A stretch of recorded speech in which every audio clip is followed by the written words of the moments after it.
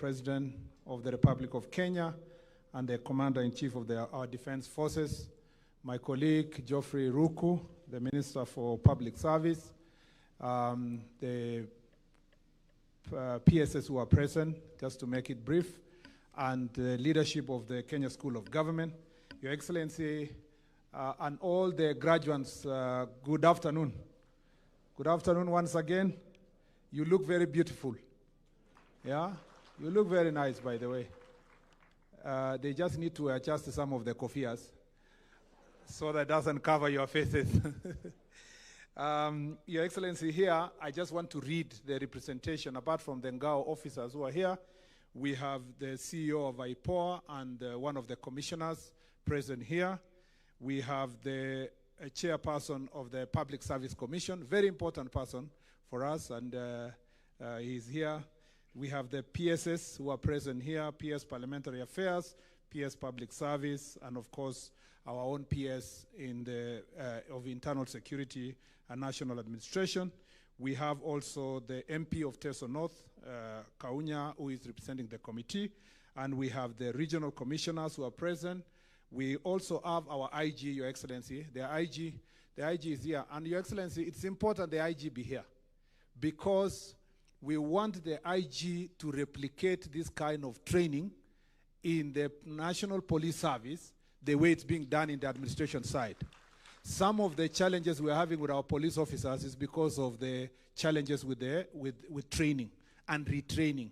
And you can see the difference that training and retraining makes to the administrators. If we can do the same for our police officers, we are going to get rid of the challenges you see currently facing many of our police officers. And we have the Leadership Academy for the police. They can also benchmark here so that we can work together as a team, as a country. We have also our DCI, Mr. Mohamed Amin here. Thank you very much. Your Excellency, I just want to make very, very, very brief remarks before I invite you. First of all is to training. This training is extremely important. When many colleagues of ours were appointed to cabinet, including myself and others, every one of us was looking for an Ngao officer to assist in your office. Everywhere in the country, even in the private sector, many people understand how the training in public service, particularly among the Ngao, goes. They actually headhunt Ngao officers. And let me say this, Your Excellency, to train somebody, there is no other place where people get better experience than serving as National Government Administration officers. Because in one day you are in Elwak, the next day you are in Kibish, and then you are in Homa Bay. Then you go back to Taita Taveta. These people understand the country like the back of their hands, Your Excellency. And if you are looking for any person to assign them responsibility, they understand what is government, they understand what is patriotism. Not just a question of loyalty to individual, but this the most patriotic lot. For my short period I've worked with Ngao officers, I've never met more patriotic citizens like all these national government administrators. And therefore, it is important to note that the reason why they are where they are is because of this consistent training. Your Excellency, we continue asking your support to ensure that all our Ngao officers get the necessary training. As we speak, we have been holding what we call Jukwaa la Usalama meetings, and many of these things have been coming out. And Your Excellency, we know that there are about 300 Ngao officers, ACCs, who are yet to be trained. And this training is very important. I request you, Your Excellency, and I want to confirm to the chairman of this school that we own nothing. We are the ministry actually that owes nothing to this school.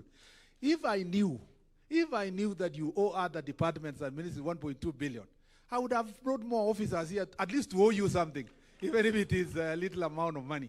Your Excellency, we want you to support us, help us so that we can train these 300 ACCs, because this training is a precursor to their career progression and promotion.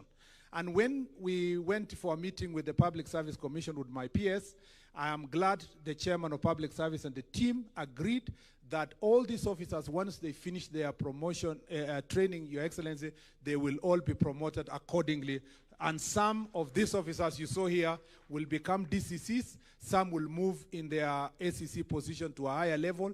Those who are overlooked in 2021, for example, will quickly now catch up with their colleagues because they had been left behind. So, Your Excellency, that is very important so that we ensure that there is equity and equality and morale in the part of our staff so that they can move forward. Your Excellency, when we were in one of the Jukwa, Mr. Wafula, who is serving in Kilifi, told me to my face that he was in Elgeyo Marakwet when I was just starting to campaign to become a senator. He tells me, you went, you became a senator, you repeated, you became a CS, I'm still in the same position. Your Excellency, I felt very bad for him because he has been there for 13 years. And it is because of that, and I see Mr. Wafula is standing there, I'm sure he wanted to be noticed that he's here. Your Excellency, because of that, we want to make sure that the career progression is properly defined. You heard the ACC who spoke here and say that sometimes you have an ACC who is junior to the chief, and they're supposed to supervise the principal chief, but his rank is below. We have already submitted the structure to the public service. We appreciate they have approved. We want to implement so that there is clarity of career progression. And we have also said, some of the ACCs who are here, Your Excellency, were former chiefs. So we've said when some of these ACCs will be promoted and they become DCCs and there's a vacancy, we want also to reserve some opportunities for chiefs across the country who will be promoted to become ACCs, and then that progression continues across. Your Excellency, the second issue I want to clarify is that we are no longer, and I'm glad the CS Public Service did this, we are no longer the old provincial administration. We are not in that cadre. And those people who are accusing public officers here that, oh, provincial administration, we are not there, Your Excellency. We are a service under the 2010 Constitution. And all these people are compliant with the 2010 Constitution. They are governed by the Constitution, they are governed by the principles that govern public service, and they have the most compliant people when it comes to principle of public service. In fact, for those who are not in the practice field, our Ngao officers are working so closely with county governments. And to the extent that sometimes we feel jealous that they have become closer to county governments, Your Excellency. Contrary to the fear that people had in the past that we are in competition with county government. We are working to ensure that the principles of consultation and cooperation between the two levels of government work together. The other issue, Your Excellency, I want to, I was in Parliament yesterday, Your Excellency, so, the other issue I wanted to request is that most of these officers, I've never seen people who sacrifice like they do. Most of them, especially in marginalized and far-flung areas, are operating, Your Excellency, in actually no offices. It's not even called offices. Some, makeshift facilities.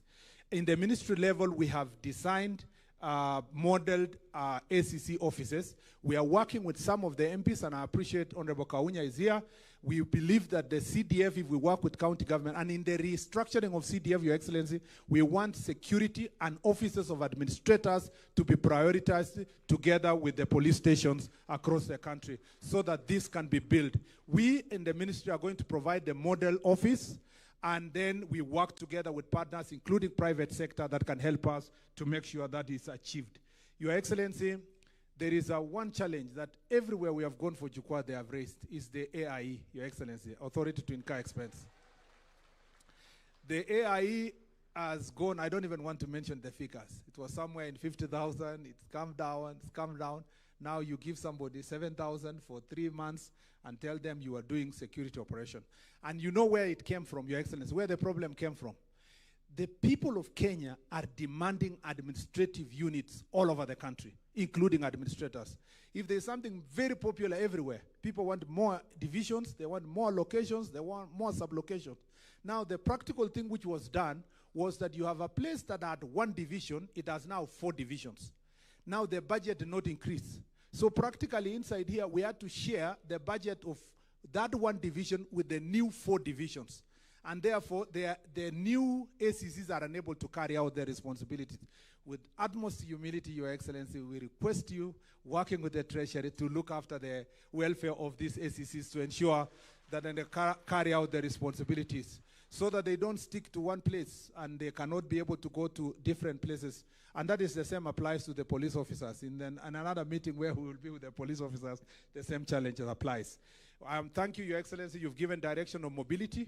The Treasury is working on procurement of vehicles that will be used majorly by the police officers, but some part of it is going to be used by a smaller amount will be used by the Ngao officers. We pray that this process is really expedited, and we believe that it will solve the problem of mobility, so that our ACCs are not requesting for border as they are going for their services on the ground.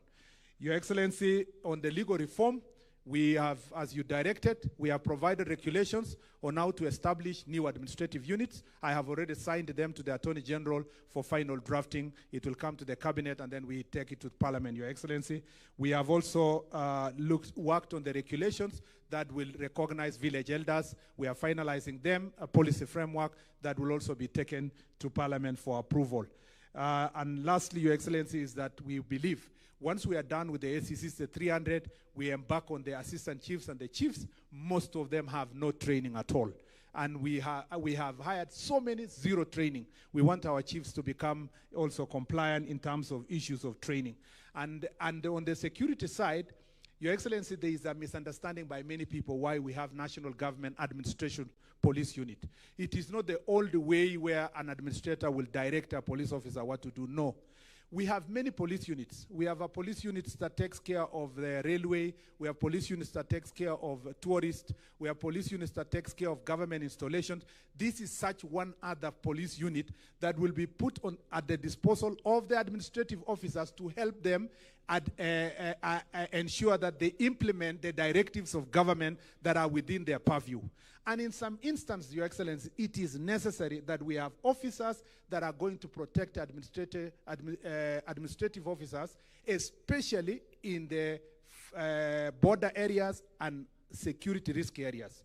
Situations like the one where our chiefs were abducted would have been averted if there are officers who are at the disposal of the chiefs and the administrators, Your Excellency, and that their security must be guaranteed. And we have said, Your Excellency, that, and we've requested IG that all officers who are working in risk areas be allowed to be registered either as NPR or be registered firearm holders, so that they can protect themselves, especially the ACCs and the chiefs in different places. Lastly, Your Excellency, we know this is a graduation. These ACC members have many things they want to speak to you, Your Excellency, and share even a time with you, at least once in this remaining period of your first term. And Your Excellency, they have asked me in the various forums we had that we also want to feel good to come and just have a meeting with you in State House, Your Excellency.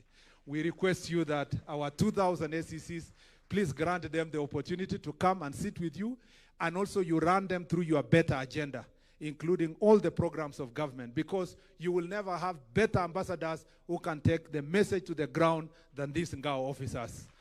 With those many remarks, Your Excellency, it's now my singular duty and privilege to invite you to come and address this auspicious occasion and gathering. Thank you, Your Excellency.